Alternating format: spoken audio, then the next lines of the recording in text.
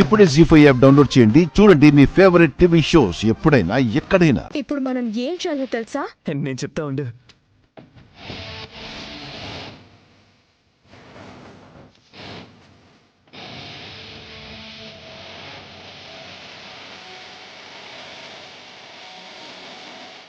మొహం ఇలా తిగాలుగా పెట్టాలి, అంతేగా? అంతే. మంచి మంచి ఆలోచనలు వెంటనే రావు, కానీ ఇలాంటివైతే వెంటనే వెలుగుతాయి. అయితే కంటిన్యూ అయిపో.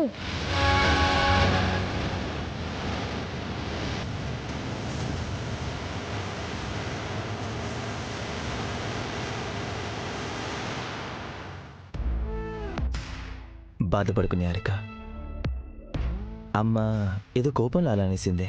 అందరి ముందు నాకు చాలా అవమానం అనిపించింది కృష్ణ. పళ్ళున్న చెట్టుకే రాళ్ళ దెబ్బలు అంటారు కదా, అలాగే నీలాంటి మంచి వాళ్ళకే ఇలాంటి ఇబ్బందులు. ఫీల్ అవుకో. నువ్వు ఫ్యామిలీ మెంబర్స్ గురించి ఆలోచించా, బయట వాళ్ళ గురించి కాదు కదా. నిహారిక,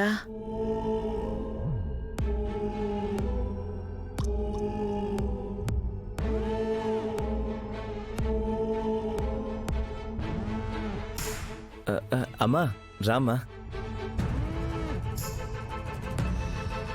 రామ్మా.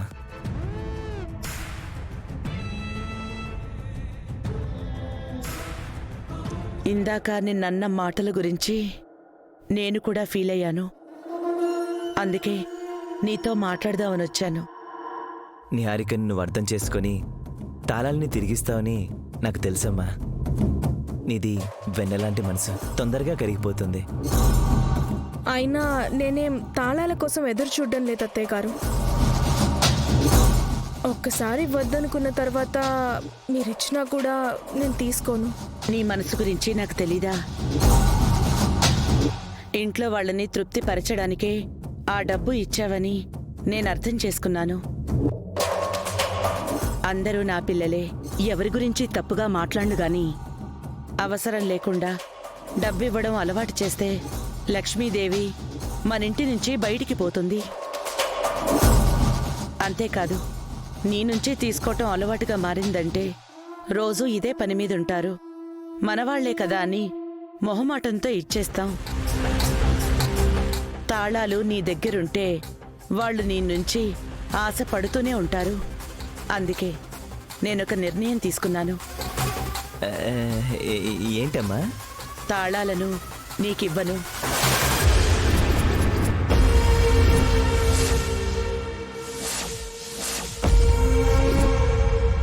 నా దగ్గరే ఉంచుకుంటాను.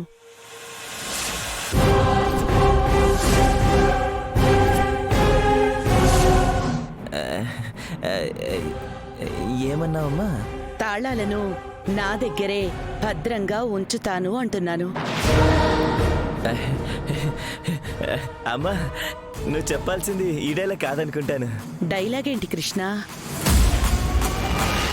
ఏం లేదమ్మా, తాళాల్ని నీకు ఇస్తున్నాను నిహారిక అనబోయి ఇవ్వను అంటున్నావేమోనని నా అనుమానం. లేదు కృష్ణ, నేను కరెక్ట్గానే చెప్పాను, ఇవ్వనని అన్నాను.